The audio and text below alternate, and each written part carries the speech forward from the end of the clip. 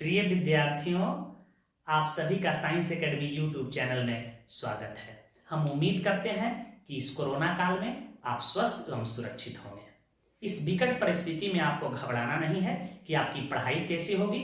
आप science academy परिवार से ऑनलाइन जुड़ें और निरंतर धीरे धीरे ही सही, थोड़ा थोड़ा ही सही अपनी पढ़ाई को आगे बढ़ाएं, क्योंकि विकट परिस्थिति में या तो इंसान टूट जाता है, नहीं तो रिकॉर्ड तोड़ता है। और मैं मानता हूं कि आप टूटने वाले इंसानों में से नहीं हैं, आप रिकॉर्ड तोड़ने वाले इंसानों में से हैं। तो आपको रिकॉर्ड बनाना है, रिकॉर्ड तोड़ना है, इसलिए आप पढ़ाई को निरंतर जारी रखें। देखिए, पिछले वीडियो लेक्चर में हम लोग फर्स्ट क्लास में देखे थे बोर्ड एग्जाम में कैसे प्रश्न पूछे जाते हैं और जेईई और नीट में कैसे ऑब्जेक्टिव क्वेश्चन पूछे जाते हैं, कितने अंकों का पूछे जाते हैं। और केमिस्ट्री का इंट्रोडक्शन पार्ट को हम लोग देखे थे कि केमिस्ट्री क्या है, केमिस्ट्री के को डिफाइन किए थे और उसके अंतर्गत हम लोग जाने थे कि लेवोजियर एक साइंटिस्ट हैं जिनको हम लोग फादर ऑफ केमिस्ट्री, रसायन शास्त्र के पिता के नाम से जानते हैं। यह एक उपाधि है, ऐसा नहीं है कि इन्होंने केमिस्ट्री को ही जन्म दिया है। ओसवाल्ड एक साइंटिस्ट है जिनको father of modern physical chemistry कहा जाता है। वार्नर एक साइंटिस्ट है जिनको फादर ऑफ इनऑर्गेनिक केमिस्ट्री कहा जाता है। और ओहलर साहब को फादर ऑफ ऑर्गेनिक केमिस्ट्री के नाम से जानते हैं।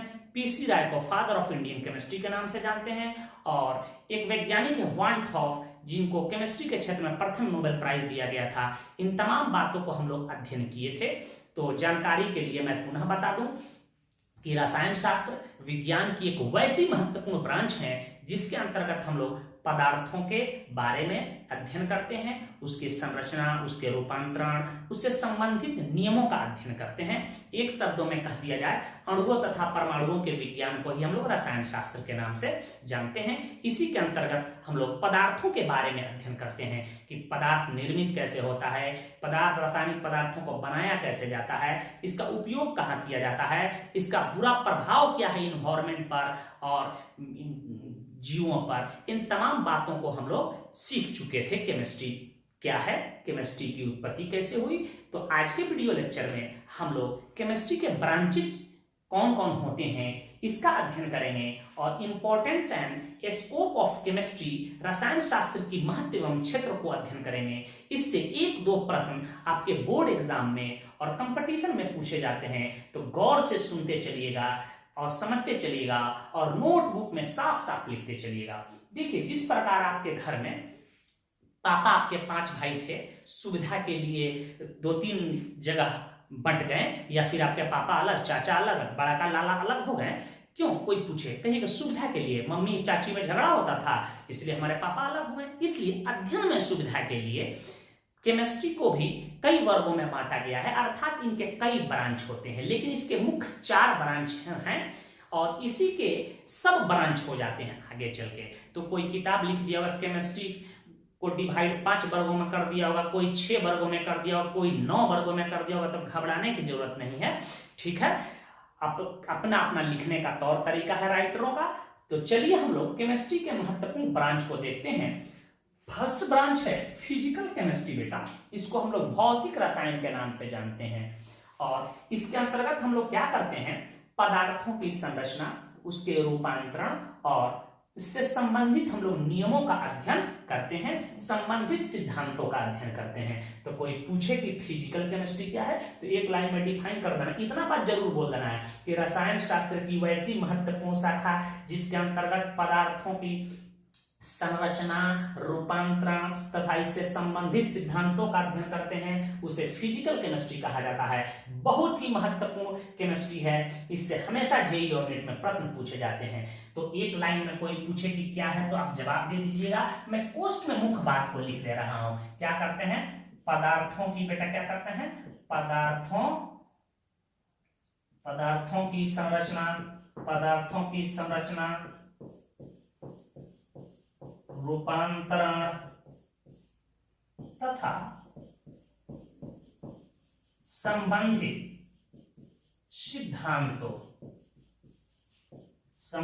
सिद्धांतों का हम लोग क्या करते हैं, इसमें अध्ययन करते हैं। संबंधित सिद्धांतों का अध्ययन करते हैं। उस केमिस्ट्री को फिजिकल केमिस्ट्री कहते हैं। ओसवाल्ड को father of modern physical chemistry कहा जाता है। अंग्रेजी टर्मिनोलॉजी को ही दिमाग में बैठाना है, सब चीज का हिंदी रटते रटते पक जाइएगा। तो फिजिकल केमिस्ट्री का मतलब ही हो जाता है कि जिसके अंतर्गत हम लोग क्या करते हैं, पदार्थों के संरचना, रूपांतरण और उससे संबंधित सिद्धांतों, नियमों का अध्ययन करते हैं। उसी केमिस्ट्री को हम लोग फिजिकल केमिस्ट्री के नाम से जानते हैं। देखिए ऑर्गेनिक केमिस्ट्री बहुत ही महत्वपूर्ण केमिस्ट्री है। इसके अंतर्गत हम लोग कार्बन के यौगिकों का अध्ययन करते हैं। आप मैट्रिक में इतना ही बात सुनते हैं, कार्बन के यौगिक, लेकिन यह कहना सही नहीं है। ऑर्गेनिक केमिस्ट्री के अंतर्गत हम लोग हाइड्रोकार्बन, कार्बन और हाइड्रोजन से बने यौगिक हाइड्रोकार्बन कहलाता है, हाइड्रोकार्बन का अध्ययन करते हैं और उसके डेरिवेटिव, उसके व्युत्पन्न जो हाइड्रोकार्बन से बनाए जाते हैं उसको हम लोग व्युत्पन्न कहते हैं। तो हाइड्रोकार्बन और उसके व्युत्पन्न का अध्ययन करते हैं, उसे ऑर्गेनिक केमिस्ट्री कहते हैं। बहुत ही महत्वपूर्ण केमिस्ट्री है, दैनिक जीवन में इसकी काफी उपयोगिता है। तो आप लिख सकते हो कि इसके अंतर्गत हम लोग किसका अध्ययन करते हैं, हाइड्रोकार्बन, हाइड्रोकार्बन तथा इसके डेरिवेटिव्स के, इसके डेरिवेटिव्स का अध्ययन करते हैं। डेरिवेटिव्स को हिंदी में कहते हैं व्युत्पन्न। तो रसायन शास्त्र की वैसी महत्वपूर्ण शाखा जिसके अंतर्गत हम लोग हाइड्रोकार्बन तथा इसके डेरिवेटिव्स का अध्ययन करते हैं, उसको ऑर्गेनिक केमिस्ट्री के नाम से जानते हैं। आप उसको डिफाइन कर सकते हैं। और ओहलर को फादर ऑफ ऑर्गेनिक केमिस्ट्री के नाम से जाना जाता है, क्योंकि ये प्रथम ऑर्गेनिक कंपाउंड यूरिया को कार्बामाइड कहते हैं, जिसका सूत्र NH2CO NH2 होता है। फर्स्ट ऑर्गेनिक कंपाउंड यूरिया का निर्माण लेबोरेटरी में कर दिया था, जो आप मैट्रिक में पढ़ के आए हैं, जैव शक्ति का सिद्धांत, ओहलर यूरिया कैसे बना, इसकी चर्चा हम लोग ऑर्गेनिक केमिस्ट्री में करेंगे। तीसरा केमिस्ट्री का महत्वपूर्ण ब्रांच है इनऑर्गेनिक केमिस्ट्री। कोई पूछे कि क्या है, तो अभी कुल ज्ञात तत्वों की संख्या है 118, पूरी कंप्लीट हो गया है 118। तो इनऑर्गेनिक केमिस्ट्री में हम लोग ज्ञात सभी तत्वों तथा उनके यौगिकों का अध्ययन करते हैं। अध्ययन करने का मतलब उनका गुण, उन कैसे बनाए जाते हैं, उनका उपयोग कैसे किया जाता है, उनका प्रभाव क्या होता है, इन तमाम चीज को हम लोग कहते हैं अध्ययन करना। तो एक शब्दों में हम लिख सकते हैं क्या, तत्वों तथा उनके यौगिकों, उनके यौगिकों का अध्ययन करते हैं। इसमें क्या करते हैं बेटा, तत्वों तथा उनके यौगिकों का अध्ययन किया जाता है। कार्बन के यौगिकों को छोड़कर आप बोल सकते हो। तो रसायन शास्त्र की वैसी महत्वपूर्ण शाखा जिसके अंतर्गत हम तत्वों तथा उनके यौगिकों का अध्ययन करते हैं, उसे इनऑर्गेनिक केमिस्ट्री के नाम से जाना जाता है। और एक चौथा केमिस्ट्री का ब्रांच है जो बड़ा ही महत्वपूर्ण है। मुख्य ब्रांच यही 4 हैं, इसके अलावा भी हम ब्रांच आपको बता रहे हैं। एनालिटिकल केमिस्ट्री, इसको हिंदी में हम लोग कहते हैं विश्लेषणात्मक रसायन। क्या कहते हैं, विश्लेषणात्मक रसायन। इसमें हम लोग करते क्या है, इस केमिस्ट्री के अंतर्गत हम लोग रासायनिक पदार्थों के वारात्मक तथा गुणात्मक विश्लेषणों का अध्ययन करते हैं कि कौन सा रासायनिक पदार्थ जहरीला है, कौन सा रासायनिक पदार्थ जहरीला नहीं, इसकी जानकारी हम लोग कहां करेंगे, एनालिटिकल केमिस्ट्री में करेंगे। कई पदार्थ आपस में मिले हैं, उसको सेपरेट कैसे किया जाएगा, पृथक कैसे किया जाएगा, इस टेक्निक को कहां सीखते हैं, एनालिटिकल केमिस्ट्री में। आप देखते हैं घड़ी डिटर्जेंट का प्रचार आता होगा पेपर में, पहले इस्तेमाल करें फिर विश्वास करें। दो बैठा हुआ है वैज्ञानिक, जांच कर रहा है कि हमारा सर्फ जो है डिटर्जेंट पाउडर सही है कि नहीं है। ठीक है, आपको हम एक प्याला दे दें शरबत चीनी पानी और एक प्याला दे दें केवल पानी, आपको कहें जांच करके बताओ, क्या कीजिएगा, एक चम्मच पीजिएगा, जो मीठा लगेगा वह शरबत और जो मीठा नहीं लगेगा उसको पानी कह सकते हैं। तो इस केमिस्ट्री के अंतर्गत हम लोग किसी रासायनिक पदार्थ की पहचान करते हैं, रासायनिक पदार्थों के पृथक्करण का टेक्निक सीखते हैं, रासायनिक पदार्थों के भारात्मक गुणात्मक विश्लेषणों का अध्ययन करते हैं कि किस चीज के लिए कितनी मात्रा की आवश्यकता पड़ेगी। ठीक है, उसी केमिस्ट्री को एनालिटिकल केमिस्ट्री कहते हैं। तो हम एक लाइन में लिख देते हैं कि रासायनिक पदार्थों के गुणात्मक तथा भारात्मक विश्लेषणों का अध्ययन करते हैं। रसायन शास्त्र की वैसी महत्वपूर्ण शाखा है जिसके अंतर्गत हम लोग रासायनिक पदार्थों के गुणात्मक तथा भारात्मक रासायनिक पदार्थों के गुणात्मक तथा भारात्मक विश्लेषणों का अध्ययन करते हैं, विश्लेषणों अध्ययन करते हैं, उस केमिस्ट्री को हम लोग क्या कहते हैं, एनालिटिकल केमिस्ट्री। तो ये केमिस्ट्री के मुख्य 4 ब्रांच हुए, अब इसी के सब ब्रांच होने लगते हैं, उसको भी हम बता रहे हैं, आप इसे नोट करें। कोई पूछे कि फिजिकल केमिस्ट्री क्या है, विदाउट डरिएगा नहीं, हेजिटेशन हटा देना है, जवाब देते समय सोचना है कि अगला व्यक्ति, जो व्यक्ति हमसे सवाल पूछ रहा है वह जीरो है, हम हीरो हैं, तो आप जवाब दे पाओगे। आप जब कोई सवाल पूछता है तब डर जाते हैं, लगता है कि आपको कुछ आता ही नहीं, अरे यार नहीं आता है, डरने की बात नहीं है। यदि उसको केमिस्ट्री आता है तो आपको हिंदी बेहतर आता है, यदि उसको फिजिक्स बेहतर आता है तो आपको मैथ बेहतर आता है। दुनिया में कोई व्यक्ति कंप्लीट नहीं है, घबराने की जरूरत नहीं है, जो चीज आए सलीका से जवाब दीजिए। आप एकदम जीरो लेवल से केमिस्ट्री को शुरू कर रहे हैं ताकि आपको कहीं दिक्कत नहीं हो। फिजिकल केमिस्ट्री क्या है, रसायन शास्त्र की वैसी महत्वपूर्ण शाखा जिसके अंतर्गत हम लोग पदार्थों की संरचना, रूपांतरण तथा संबंधित सिद्धांतों का अध्ययन करते हैं, उसको फिजिकल केमिस्ट्री कहते हैं। ओसवाल्ड को फादर ऑफ फिजिकल केमिस्ट्री के नाम से जानते हैं। हाइड्रोकार्बन तथा इसके डेरिवेटिव्स का जिस केमिस्ट्री के अंतर्गत अध्ययन करते हैं उसको ऑर्गेनिक कहते हैं। ओहलर को फादर ऑफ ऑर्गेनिक केमिस्ट्री कहा जाता है। तत्वों तथा उनके यौगिकों का अध्ययन जिस केमिस्ट्री में हम लोग करते हैं उसे इनऑर्गेनिक केमिस्ट्री कहते हैं। वार्नर एक साइंटिस्ट है, इसको फादर ऑफ इनऑर्गेनिक केमिस्ट्री कहा जाता है। एनालिटिकल केमिस्ट्री के अंतर्गत हम लोग रासायनिक पदार्थों के गुणात्मक, वारात्मक विश्लेषणों का अध्ययन करते हैं, विश्लेषण करते हैं उसका। इसी के अंतर्गत हम लोग रासायनिक पदार्थों की पहचान करते हैं, उसे पृथक करने की टेक्निक सीखते हैं, उस केमिस्ट्री को एनालिटिकल केमिस्ट्री कहते हैं। तो एक एक लाइन पोस्ट में आप लिखते चलिएगा, कोई परिभाषा पूछे तो आप आसानी से बोल सकते हो, ठीक है। अब आपके सर क्या परिभाषा बताए हैं, वो भी बताए होंगे तो सही बताए होंगे, अपनी अपनी टेक्निक है बताने की ताकि बच्चे उसे आसानी से समझ लें। एक बेहतर शिक्षक वह है जो विषय वस्तु को इतना सरल कर दे, इतना सरल कर दे और अपने मस्तिष्क को बच्चों के मस्तिष्क में ट्रांसफर कर दे, उसी को बेहतर शिक्षक कहते हैं। स्वामी विवेकानंद ने कहा था, हम बहुत जानकार हैं ये मायने नहीं रखता है हम कितना बेहतर आपको दे पाते हैं, कितना अच्छा ढंग से पढ़ा पाते हैं, कितने अच्छे ढंग से सिखा पाते हैं, ये मायने रखता है। इसे नोट कीजिए, हम आगे बढ़ रहे हैं। देखिए केमिस्ट्री का एक 5वां बड़ा ही महत्वपूर्ण ब्रांच है जिसको हम लोग मेडिसिनल केमिस्ट्री के नाम से जानते हैं, जिसको हिंदी में औषध रसायन कहते हैं। तो नाम ही से स्पष्ट है कि रसायन शास्त्र की वैसी महत्वपूर्ण शाखा है जिसके अंतर्गत हम लोग औषधि, ड्रग्स तथा उनके अनुप्रयोगों का अध्ययन करते हैं। अब प्रश्न, औषधि क्या है, ड्रग्स क्या है? वैसा रासायनिक पदार्थ जो हमें या जीवधारियों को रोगों से मुक्त करता है, उस रासायनिक पदार्थ को मेडिसिन या ड्रग्स कहते हैं। 12 में एक चैप्टर भी पढ़ना है मेडिसिन आपको, तो वहां हम लोग चर्चा करेंगे, जिसके अंतर्गत हम लोग मेडिसिन, ड्रग्स तथा उनके अनुप्रयोगों का अध्ययन करते हैं। उस केमिस्ट्री को हम लोग औषध रसायन कहते हैं। देखिए बायोकेमिस्ट्री, जिसको हिंदी में जैव रसायन कहते हैं। जीवधारी कहते हैं पेड़ पौधा और जानवरों को। जीवधारियों के शरीर में जो जैविक क्रियाओं का हम लोग अध्ययन करते हैं, श्वसन की क्रिया कैसी होती है, भोजन पचता कैसे है, इसका अध्ययन हम करेंगे। भोजन डाइजेस्ट कैसे होती है, कौन सा एंजाइम बनता है, कौन सा एंजाइम पचाता है, ठीक है। खून में कौन सा लिपिड होता है, कौन सा लिपिड बढ़ता है, कौन सा लिपिड घटता है, कौन सा हार्मोन का सेक्रेशन हमारे शरीर में होता है कि हम हंसने लगते हैं, कौन सा हार्मोन का सेक्रेशन अधिक होता है तो किसी के प्रति हम एक्साइटेड हो जाते हैं। तो ये तमाम चीजों का अध्ययन हम लोग कहाँ करते हैं, बायोकेमिस्ट्री में। तो आप कह सकते हैं कि जीवधारियों के शरीर में होने वाले जैविक क्रियाओं का अध्ययन जिस केमिस्ट्री में हम लोग करते हैं उसको बायोकेमिस्ट्री कहते हैं। रसायन शास्त्र की वैसी महत्वपूर्ण शाखा जिसके अंतर्गत हम लोग जीवधारियों के शरीर में होने वाले जैविक क्रियाओं का अध्ययन करते हैं उसे हम लोग बायोकेमिस्ट्री के नाम से जानते हैं। एग्रीकल्चर केमिस्ट्री, ध्यान दीजिएगा, हमारा देश कृषि प्रधान देश है तो कृषि की तो बात होनी ही चाहिए। देखिए आजादी के पहले हमारे देश में 30 करोड़ लगभग लोग थे, फिर भी खाने की लाला पड़ जाता था बेटा। किसी को खाना मिलता था, किसी को दाल भात सब्जी नहीं मिलता था, किसी को रोटी मिला तो सब्जी नहीं मिलता था।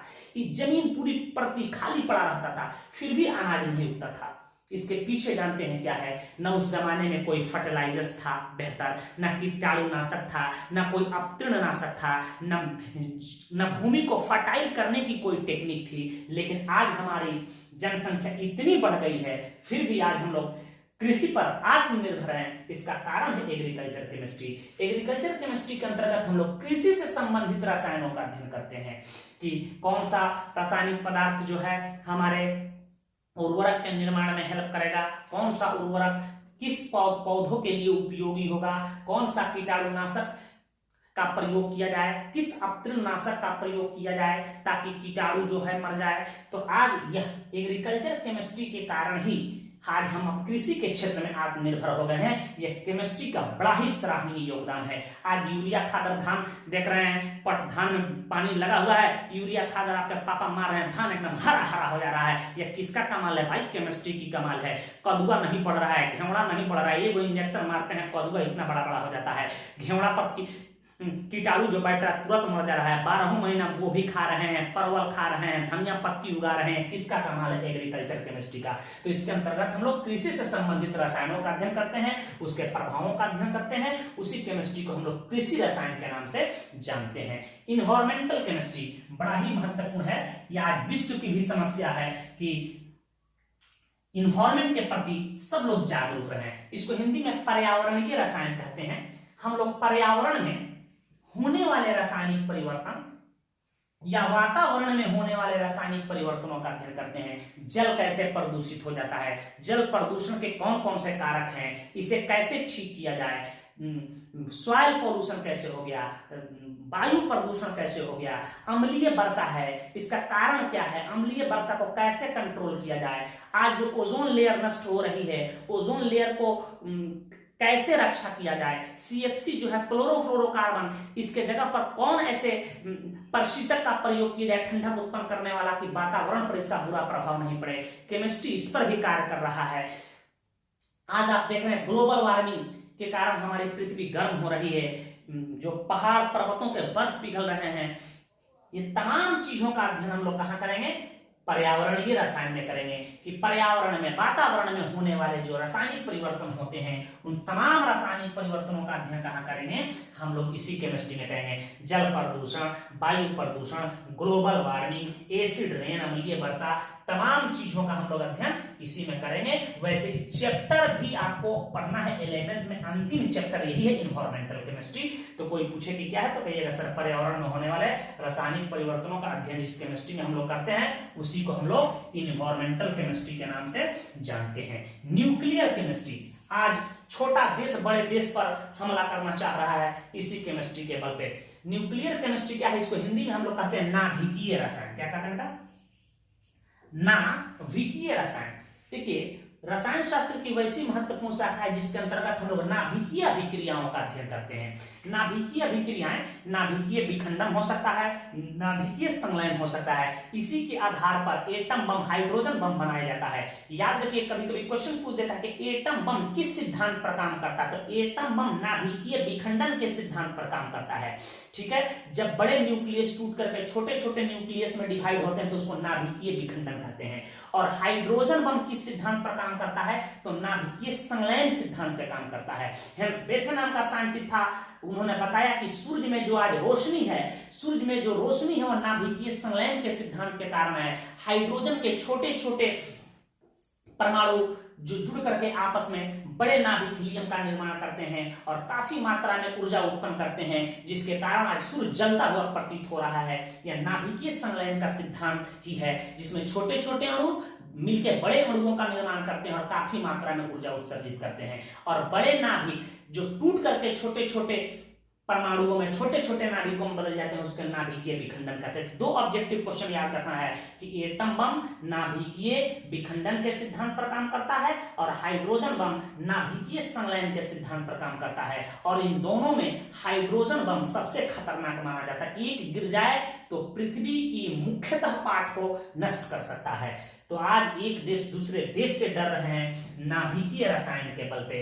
सारे देश एटॉमिक हथियार बना चुका है नाभिकीय रसायन के बल पे। सारे देश एटम बम का निर्माण करके रखा। पाकिस्तान भी भारत को धमकी दे रहा है, उसकी कुछ औकात नहीं है। क्यों? उसके पास न्यूक्लियर वेपन्स है, चाहे तो हमला कर सकता है। इसलिए आज सब देश सारे देशों से डर रहे हैं। तो इसे आप नोट करें। देखिए इसको कहते हैं इंडस्ट्रियल केमिस्ट्री। बहुत ही महत्वपूर्ण केमिस्ट्री की ब्रांच है, इसका काफी डिमांड भी है फॉरेन कंट्री में।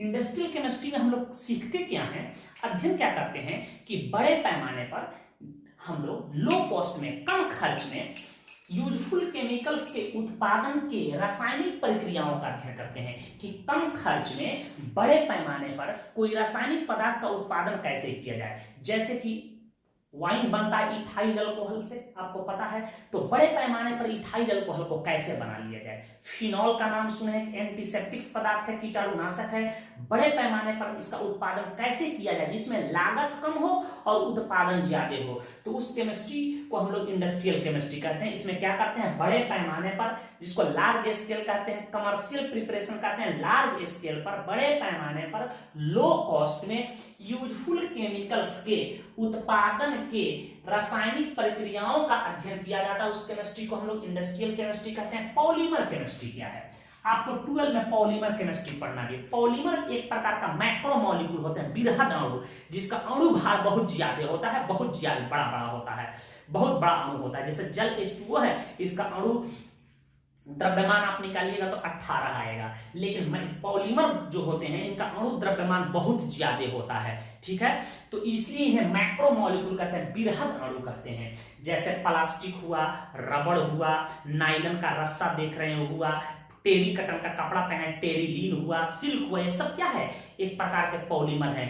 तो पॉलीमर का निर्माण कैसे किया जाता है, प्लास्टिक को कैसे बना लेते हैं, रबड़ का बैलून बन जा रहा है, रबड़ का टायर बन रहा है, आप देख रहे हैं, रबड़ का हवाई चप्पल बन रहा है, आप देख रहे होंगे, नायलॉन के रस्सा बन रहा है, नायलॉन से मछली मारने की जाल बन रही है, नायलॉन के धागा से पैराशूट बन रहा है, जहाज पर चढ़ने की रस्सा जो होता है उसको पैराशूट कहते हैं। इस सब का निर्माण कैसे हो जाता है, कैसे किया जाता है, उस केमिस्ट्री को हम लोग कहते हैं पॉलीमर केमिस्ट्री। तो आप कह सकते हो कि रसायन शास्त्र की वैसी महत्वपूर्ण शाखा जिसके अंतर्गत हम लोग पॉलीमर्स कह सकते हैं, बहुलक, पॉलीमर्स को हिंदी होता है बहुलक, बहुलक के निर्माण के सिद्धांत एवं अनुप्रयोगों का अध्ययन करते हैं। उस केमिस्ट्री को हम लोग क्या कहते हैं, पॉलीमर केमिस्ट्री कहते हैं। पॉलीमर कोई पूछे दो चार पॉलीमर का नाम बताना, प्लास्टिक है, टेफ्लॉन देखते हो आप, कुकर का हैंडल डंडा बना होता है, नन स्टिकी जो देखते हो, नन स्टिकी आ जा रहा है, तेल कम डालते हैं और उस फ्राई पैन में हम लोग अंडा भूज लेते हैं, मछली फ्राई कर लेते हैं, चिकन फ्राई कर लेते हैं। तो नन स्टिकी जो आज फ्राई पैन आ रहा है उस पर टेफ्लॉन का ही कोट लगाया जाता है। तो टेफ्लॉन भी क्या है, एक प्रकार का पॉलीमर है। प्लास्टिक का देख रहे हैं, पॉलीथीन आप सुने होंगे, ठीक है, कितना प्रचलित पॉलीमर है। पॉलीथीन कैसे बन जाता है, ये तमाम चीज जो हम अपने दैनिक जीवन में यूज कर रहे हैं, ब्रश का बाल जो होता है कैसे बन जाता है, ये तमाम पॉलीमर है। इसका निर्माण इस केमिस्ट्री के अंतर्गत कैसे किया जाता है ये सीखते हैं, इनका अनुप्रयोग कहाँ होता है ये सीखते हैं। ये तमाम चीज पॉलीमर केमिस्ट्री के अंतर्गत आता है। एक होता है जियो केमिस्ट्री, इसको जियो केमिस्ट्री के नाम से जानते हैं। ये रसायन शास्त्र की वैसी महत्वपूर्ण शाखा है जिसके अंतर्गत हम लोग प्राकृतिक पदार्थ जैसे अयस्क, खनिज, कोयला, पेट्रोलियम पदार्थों का इसके अंतर्गत हम लोग अध्ययन करते हैं, जिसको हम लोग जमीन से निकाले, भूपरपट्टी से निकाले, समुद्र तल से निकाले, उन पदार्थों का अध्ययन जिस केमिस्ट्री जहां करते हैं उस केमिस्ट्री को कहते हैं जियो केमिस्ट्री। एक है फाइटो केमिस्ट्री। क्या है फाइटो केमिस्ट्री? बहुत ही महत्वपूर्ण केमिस्ट्री की एक ब्रांच है। कभी कभी पूछ देता है फाइटो केमिस्ट्री क्या है। फाइटोकेमिस्ट्री के अंतर्गत हम लोग प्लांट की केमिस्ट्री और प्लांट प्रोडक्ट के बारे में हम लोग अध्ययन करते हैं, उसको फाइटोकेमिस्ट्री कहते हैं। तो आप एक शब्दों में लिख सकते हो, स्टडी ऑफ, कोई पूछे क्या है, study of chemistry of plant and plant product, जिस केमिस्ट्री के अंतर्गत हम लोग प्लांट से संबंधित रसायनों के बारे में अध्ययन करें, प्लांट प्रोडक्ट के बारे में हम अध्ययन करें, उसको फाइटोकेमिस्ट्री के नाम से जाता है। लीमोकेमिस्ट्री क्या है? देखिए, भूपरपट्टी पर, पृथ्वी के सतह पर जितने भी वाटर के स्रोत हैं, जैसे रिवर वाटर है, लेक वाटर है, इससे संबंधित हम बातों का जब अध्ययन करते हैं तो उसको लीमोकेमिस्ट्री कहते हैं। तो रसायन शास्त्र की वैसी महत्वपूर्ण शाखा है जिसके अंतर्गत हम लोग रिवर वाटर, लेक वाटर आदि का अध्ययन करें, उस केमिस्ट्री को हम लोग लीमो केमिस्ट्री के नाम से जानते हैं। इसी प्रकार और केमिस्ट्री के भी ब्रांच हो सकते हैं। नैनो केमिस्ट्री हो सकता है जिसमें हम लोग सूक्ष्म पदार्थों का अध्ययन करते हैं, जिसमें नैनो चिप कैसे बन जाता है। मोबाइल का आज देख रहे हैं, इतना छोटा छोटा मोबाइल में सारा चीज है, कैमरा रिकॉर्ड कर रहे हैं, गाना लोड कर रहे हैं, वीडियो बना रहे हैं, तो माइक्रो चिप कैसे बनता है। इन तमाम चीजों का इतना बड़ा बड़ा डेंजरस बम बन चुके हैं जिसको छूने से ब्लास्ट कर देगा, ठीक है, ये तमाम चीज हम लोग नैनो केमिस्ट्री के अंतर्गत अध्ययन करते हैं। केमिस्ट्री का बहुत ही महत्वपूर्ण ब्रांच है, नैनो टेक्नोलॉजी से संबंधित है। एक शब्दों में हम कह सकते हैं कि साइंस का कोई ऐसा ब्रांच नहीं है जो इतना विस्तृत है जैसे कि केमिस्ट्री है। तो आप कह सकते हैं कि केमिस्ट्री जो विज्ञान का जो ब्रांच है वो सबसे विस्तृत है, सबसे बड़ा है। विज्ञान की कोई ऐसा ब्रांच नहीं है जो इतना विस्तृत है। तो ये केमिस्ट्री के कुछ टाइप्स हुए, इसकी जानकारी होनी चाहिए, इसे नोट कर लें।